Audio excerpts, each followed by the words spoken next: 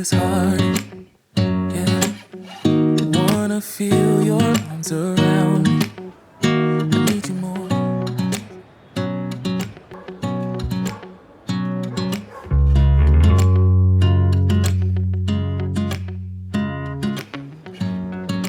Seeing the fruit of your labor is a joy like none other.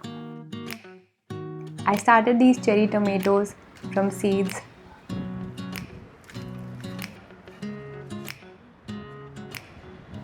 Transplanted the saplings, and finally they're flowering and fruiting. One thing I've realized is growing plants also requires a bit of understanding of the weather and climate conditions of the place, region you're living in. It's my third year in Mumbai, and now I have probably figured how the weather changes between seasons. So to give myself a head start, I had started in January instead of March. Typical time I would start because Mumbai practically does not really get any winters.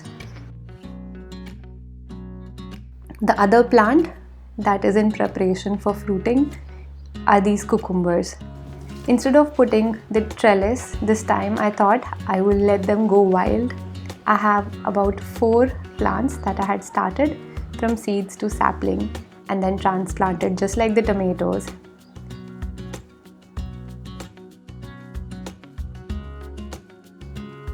The female flowers haven't come yet, but the male flowers have started coming out. This is a sign that very soon female flowers will also be heading out. As a part of my summer preparation, I have also been attending to my ornamental plants, which includes flowers and the foliage plants. While some plants have started flowering in this season, some do not agree much with the temperature and the dryness. I had moved the foliage plants, meaning the leafy plants, outside so that they could absorb as much sunlight possible in the months of December, January. But I think this is the time to move them inside. And the way they have been telling me that they need to go inside are these burn marks. I have a lot of money plants, many, growing both in soil and in cuttings. So before I moved this bunch inside, I wanted to deal with the dried leaves, remove them, add some compost and give them a nice shower. Here I wanted to mention something that I had seen as a comment in a video a few days back. Do you see this earthworm in the fertilizer, the compost that I'm using? It is completely natural. If you have earthworms in your soil, it is a good thing. You don't need to be scared of them because they require moist conditions. They will not escape out or randomly start crawling inside your house. They will remain in these containers. They like the soil, they like the moisture. And in fact, they will make the soil more nutritious for the plants to grow. So, you don't have to worry about them.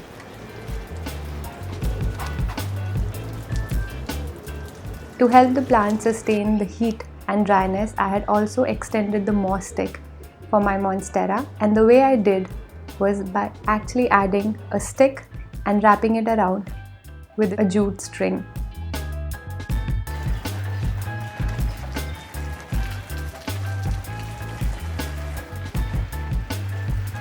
This bird of nest has been placed outside and the pigeons have just pooped all over it. So I'm going to give it a nice wash and remove the burnt leaf and then move it to a north facing window where it'll get bright light but no direct sun.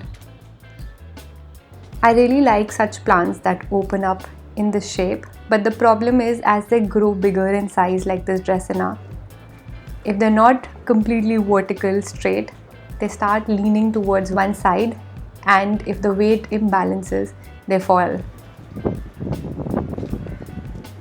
So I wanted to add a stick to this Dracena which will help it withstand the wind. Apart from the drying and burning of leaves, there is also a lot good about summer. Some plants really enjoy, for example this Madhumalati. About 2 months back, this Madhumalati was really struggling and I had recorded how challenging I felt helping this plant grow better. This one here is a Madhumalati plant, and honestly I'm sort of disappointed with this plant because I thought it gets about 6 to 7 hours of direct sun, and I was hoping that I'll be able to make this plant climb.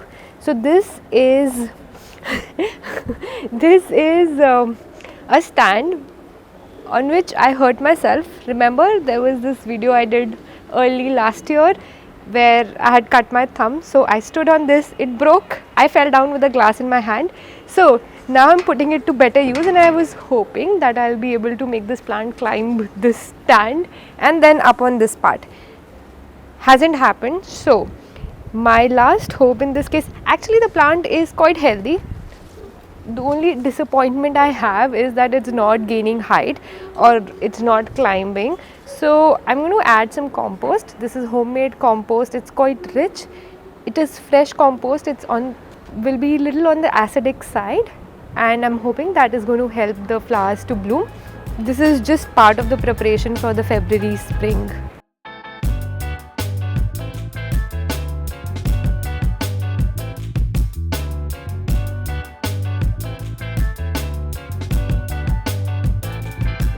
My work in my garden is never done. It's always in progress. I will soon be coming back with another vlog of In My Garden next month. Until then, take care and see you soon.